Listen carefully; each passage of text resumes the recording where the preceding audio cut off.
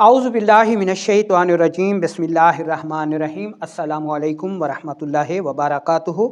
लौंग दिल, दिमाग और जिगर के लिए किस तरह मुफीद है, आज हम इसके 9 हैरत अंगेज़ तिबी फ़वाइद के बारे में जानेंगे जो कि मिजाज के मुताबिक आपको कोई नहीं बताता। यूट्यूब पर भीड़ चाल में कोई भी आपको ये नहीं बताता कि किस चीज़ का मिजाज क्या है और आपका मिजाज क्या है और किस मिजाज पर ये चीज़ आपने इस्तेमाल करनी है। तो सबसे पहले हम लौंग का तारुफ पढ़ लेते हैं। लौंग एक जंगली दरख्त की कलियां हैं जिनके ऊपर की तरफ 4 दंदाने उभरे हुए होते हैं और इनके दरमियान में एक गोल उभार होता है जिसे लौंग का फूल और टोपी भी कहते हैं। ये एक मिसाला ही नहीं बल्कि हमारे जिस्म में पाए जाने वाले बहुत सारे अमराज का बेहतरीन इलाज भी है। तो अब हम इसके अहम तिबी फ़वाइद के बारे में पढ़ेंगे, फिर इसके खसूसी मुजरबात कि बच्चों के लिए ये कैसे मुफीद है, मर्दों के लिए किस तरह मुफीद है, औरतों के लिए किस तरह मुफीद है। आगे चलकर मैं आपको इसके मिजाज के बारे में बताऊंगा, किस मिजाज पर ये इस्तेमाल होगा उसके बारे में बताऊंगा, मिकदार ख़ुराक बताऊंगा, तरीका इस्तेमाल बताऊंगा।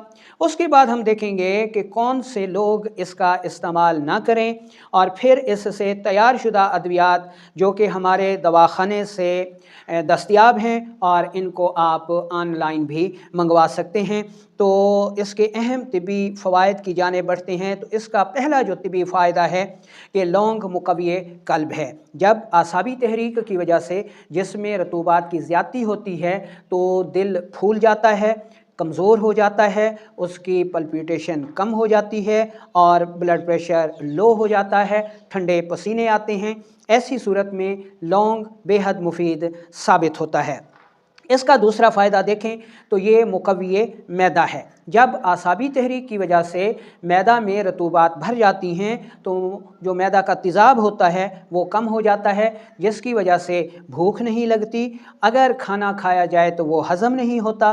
तो ऐसी सूरत में लौंग बेहद अफादियत का हामिल है, ये तबाई भूख को बहाल करता है। तीसरे नंबर पर देखें तो ये दाफ़े गैस व कब्ज़ है, यानी जब जिस्म में आसाबी तहरीक होगी तो रतूबात की ज़्यादती होगी, मैदा कमज़ोर होगा, ग़िज़ा ज़्यादा देर तक मैदा में रुकी रहेगी जिससे मुताफ़न गैसेस पैदा हो जाएंगी जो कि डिप्रेशन और एंज़ाइटी का सबब बनेंगी और आंतों के आसाबी पर्दे में सोजिश की वजह से उज़लाती तस्कीन होती है। तो उज़लात मवाद को फासिद मादों को बाहर खारिज नहीं करते जिसकी वजह से कब्ज़ हो जाती है और पेचीदा अमराज जन्म ले लेते हैं। अच्छा, चौथे नंबर पर इसका फ़ायदा देखें तो ये मुक़व्वी बा है। जब आसाबी तहरीक की वजह से उज़्व तनासुल में सख्ती नहीं आती, तनाव नहीं आता तो जिनसी अमल शदीद मुतासर होता है। ऐसी सूरत में लौंग मुक़व्वी बा का किरदार अदा करके जिनसी क़ुव्वतों को बहाल कर देता है। पाँचवें नंबर पर देखें तो लौंग मुहर्रिक जिगर है, यानी उज़लाती ग़ुद्दी मिजाज होने की वजह से ये जिगर में तहरीक लाना शुरू करता है जिसकी वजह से जिगर में हरारत पैदा होना शुरू हो जाती है और आंतों में जो निज़ाम इंहज़ाम बिगड़ गया था वो ठीक होने लगता है। छठे नंबर पर देखें तो ये दाफ़े ताफ़ुन है। आसाबी तहरीक की वजह से जब आंतों के आसाबी पर्दों में सोजिश होती है तो उज़लाती पर्दों में तस्कीन की वजह से फासिद मादे बाहर खारिज नहीं होते, आंतों में ताफ़ुन पैदा हो जाता है, जरासीम पैदा हो जाते हैं जो कि राड नुमा होते हैं। जैसे आपको ये बाल पॉइंट नज़र आ रही है, मार्कर नज़र आ रहा है, डंडा नुमा राड नुमा जरासीम पैदा हो जाते हैं जो कि हैज़ा का मर्ज़ फैलाते हैं, बलगमी बुखार पैदा करते हैं, कै मतली का सबब होते हैं। तो ऐसी सूरतों में लौंग बेहद अफादियत का हामिल है। सातवें नंबर पर देखें तो लौंग मुहल्लिल आसाब है, यानी ये आसाब की वरम और सोजिश को उतारता है जिसकी वजह से ये दाफ़े इसहाल भी है, दाफ़े बलगमी बुखार भी है, दाफ़े बलगमी खांसी और दमा भी है और इसी तरह ये दाफ़े लो ब्लड प्रेशर भी है, यानी खून के दौरान को तेज़ करता है और ब्लड प्रेशर को जो है बढ़ाता है। अब हम इसके खसूसी मुजरबात पर बात कर लेते हैं। तो सबसे पहले हम बच्चों के लिए بات کرتے ہیں بچوں کا مزاج اعصابی ہوتا ہے اور اعصابی تحریک کی تیزی کی وجہ سے ان میں اسہال، قے اور متلی کا ہونا عمومی بات ہے۔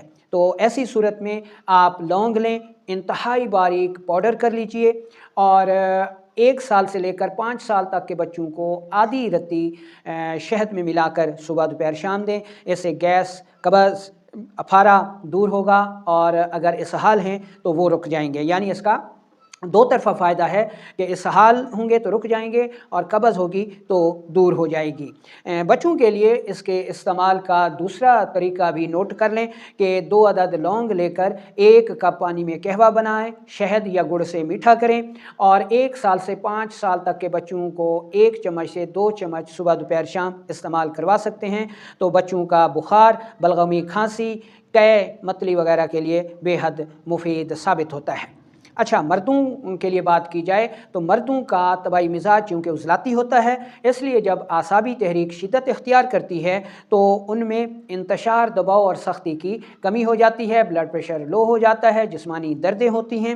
ایسی صورت میں لونگ انتہائی مفید ثابت ہوتا ہے۔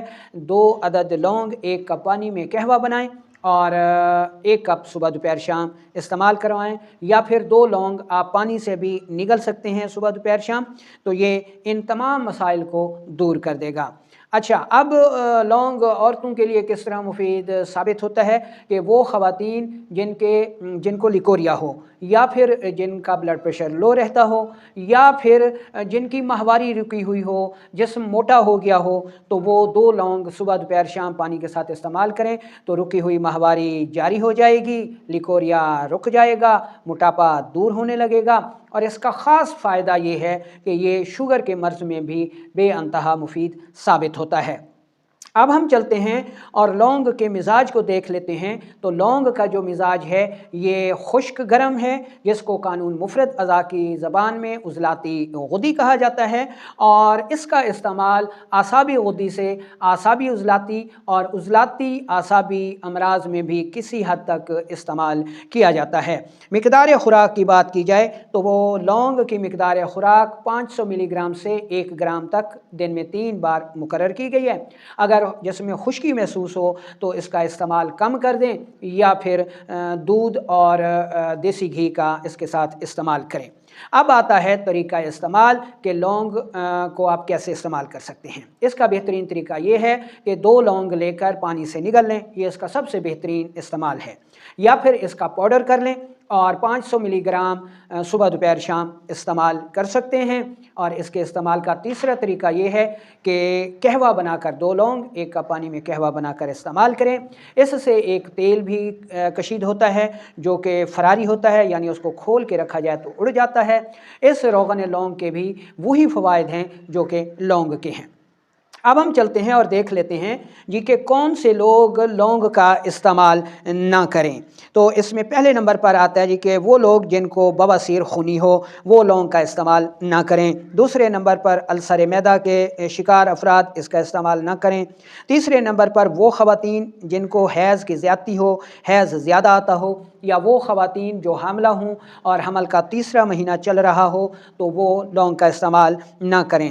چوتھے نمبر پر فیٹی لیور کے شکار افراد اس کا استعمال نہ کریں۔ 5ویں نمبر پر شریانوں کی تنگی کے شکار لوگ بھی اس کا استعمال نہ کریں۔ اور 6ٹھے نمبر پر وہ لوگ جن کا دل سکڑ گیا ہو وہ بھی اس کا استعمال نہ کریں۔ 7ویں نمبر پر جن کا خون گاڑھا ہو، اور 8ویں نمبر پر شدید عضلاتی قبض کے شکار افراد، اور 9ویں نمبر پر وہ لوگ جن کو نیند نہ آتی ہو، مالن خولیا ہو، بند نزلہ ہو، خشک کھانسی یا خشک دمہ ہو تو وہ لوگ اس کا استعمال نہ کریں۔ اچھا، اب ہم چلتے ہیں اور دیکھ لیتے ہیں تیار شدہ ادویات جو کہ ہمارے دواخانے میں تیار ہوتی ہیں اور پورے ملک میں جو ہے ان کی سپلائی ہوتی ہے مزاج کے اوپر۔ تو اس میں معجون شباب آور ہے، کیپسول مقوی باں ہیں، اور تیلا محرک عضلات۔